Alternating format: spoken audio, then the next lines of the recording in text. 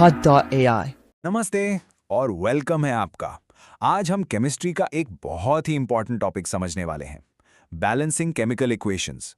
ये एक ऐसी कोर स्किल है जो आपको हमेशा काम आएगी। तो चलिए शुरू करते हैं। अच्छा, स्क्रीन पर दी गई इस इक्वेशन को देखिए। ये मीथेन के कंबस्शन को रिप्रेजेंट करती है। लेकिन मेरा आपसे एक सवाल है, क्या ये इक्वेशन साइंटिफिकली करेक्ट है? जरा सोचिए, इसमें ऐसी क्या चीज़ है जो गलत हो सकती है? लेकिन उस गलती को ठीक करने से पहले चलिए बिल्कुल बेसिक से शुरू करते हैं। सबसे पहले ये समझना जरूरी है कि एक केमिकल इक्वेशन आखिर होती क्या है। आप इसे केमिस्ट्री की लैंग्वेज समझ सकते हैं। सिंपल वर्ड्स में कहें तो एक केमिकल इक्वेशन किसी भी केमिकल रिएक्शन का एक सिंबॉलिक रिप्रेजेंटेशन है। ये हमें बताती है कि कौन से सब्सटेंसेस रिएक्ट कर रहे हैं और उनसे क्या नए सब्सटेंसेस बन रहे हैं, बिल्कुल एक रेसिपी की तरह। हर केमिकल इक्वेशन का एक बेसिक स्ट्रक्चर होता है। जो सब्सटेंसेस एरो के लेफ्ट साइड में होते हैं उन्हें हम रिएक्टेंट्स कहते हैं। ये रिएक्शन के इंग्रेडिएंट्स हैं। और जो सब्सटेंसेस एरो के राइट साइड में बनते हैं उन्हें प्रोडक्ट्स कहा जाता है। अब आते हैं मेन सवाल पर, हमें इन इक्वेशंस को बैलेंस करने की ज़रूरत ही क्यों है? ऐसा इसलिए है क्योंकि साइंस का एक गोल्डन रूल है, एक फंडामेंटल लॉ जिसे हम कभी भी तोड़ नहीं सकते। और वो रूल है the law of conservation of mass. ये लॉ कहता है कि किसी भी केमिकल रिएक्शन में मैटर ना तो क्रिएट हो सकता है ना ही डिस्ट्रॉय हो सकता है। इसका मतलब है कि रिएक्टेंट्स का टोटल मास हमेशा प्रोडक्ट्स के टोटल मास के इक्वल होना चाहिए। इससे एक बहुत ही सिंपल और पावरफुल कंक्लूजन निकलता है।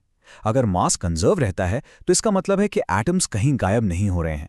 जितने एटम्स आप रिएक्शन के शुरू में रिएक्टेंट साइड पर लेते हैं, बिल्कुल उतने ही एटम्स आपको रिएक्शन के एंड में प्रोडक्ट साइड पर मिलने चाहिए। तो चलिए वापस अपनी ओरिजिनल इक्वेशन पर चलते हैं।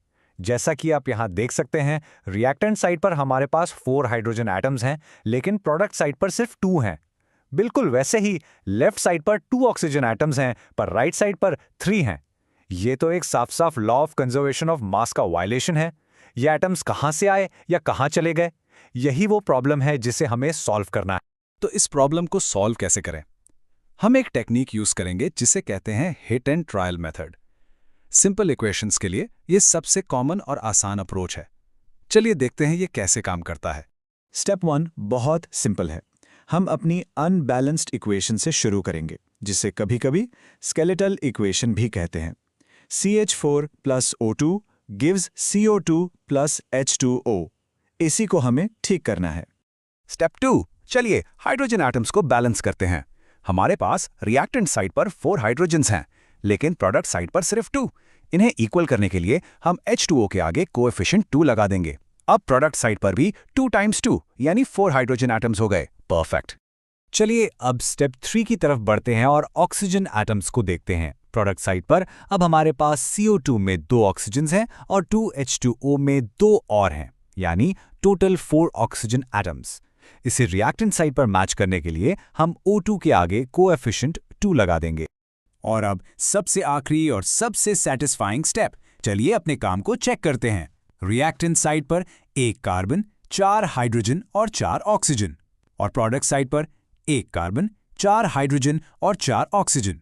देखा, हर एटम अब दोनों साइड्स पर इक्वल है। हमारी इक्वेशन अब बिल्कुल बैलेंस्ड है। हिट एंड ट्रायल मेथड बहुत अच्छा है, लेकिन कभी-कभी रिएक्शंस बहुत कॉम्प्लेक्स हो जाती हैं। ऐसी सिचुएशंस के लिए हमारे केमिस्ट्री टूल किट में कुछ और एडवांस्ड टूल्स भी हैं। ये स्लाइड अलग अलग मेथड्स की एक क्विक समरी देती है। Hit and trial method simple equations के लिए बेस्ट है। ज्यादा कॉम्प्लेक्स रिएक्शंस के लिए अलजेब्रिक मेथड है। रीडॉक्स रिएक्शंस के लिए हम ऑक्सीडेशन नंबर मेथड यूज करते हैं, और आयोनिक इक्वेशंस के लिए आयन इलेक्ट्रॉन मेथड है। लेकिन अभी के लिए आपके लिए hit and trial method master करना सबसे इंपॉर्टेंट है। ठीक है, चलिए जल्दी से रिकैप कर लेते हैं कि हमने क्या सीखा।